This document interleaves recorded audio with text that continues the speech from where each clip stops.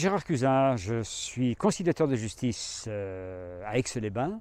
Je suis aussi le président des conciliateurs pour la Cour d'appel de Chambéry, donc Savoie et Haute-Savoie. Nous sommes environ 70 dans les deux départements.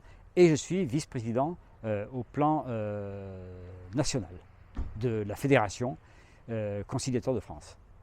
Je reçois donc des personnes qui disent avoir un différend avec une autre personne et je les écoute, je vérifie que je suis compétent. Notre fonction, c'est d'abord de bien savoir écouter et de faire en sorte que nous parvenions à établir vraiment ce qu'est le différend avec l'autre partie. Tout part de là.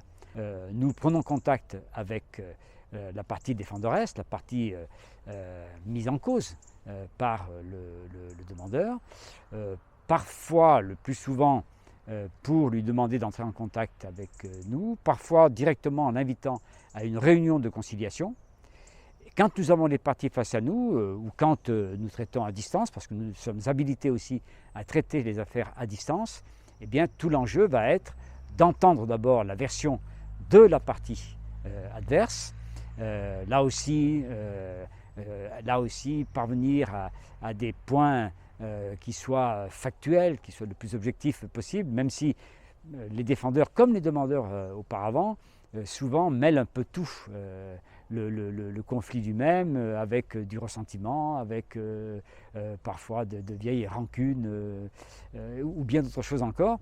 Et là aussi, donc, il va falloir faire se parler. Et à ce point-là, il va s'agir de faire en sorte que, peu ou prou, l'un écoute la vérité de l'autre et que l'autre écoute la vérité de l'un.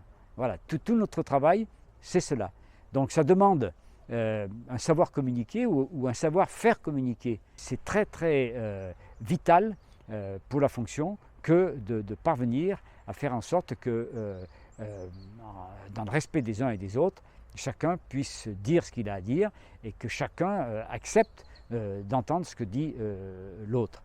À partir de là, quand nous avons réussi ou passé ce cap, il est évident que nous sommes proches de la conciliation. Tout tient dans ce savoir-faire que les uns et les autres se parlent, finissent par se parler. Alors ça ne marche pas toujours, si je puis dire.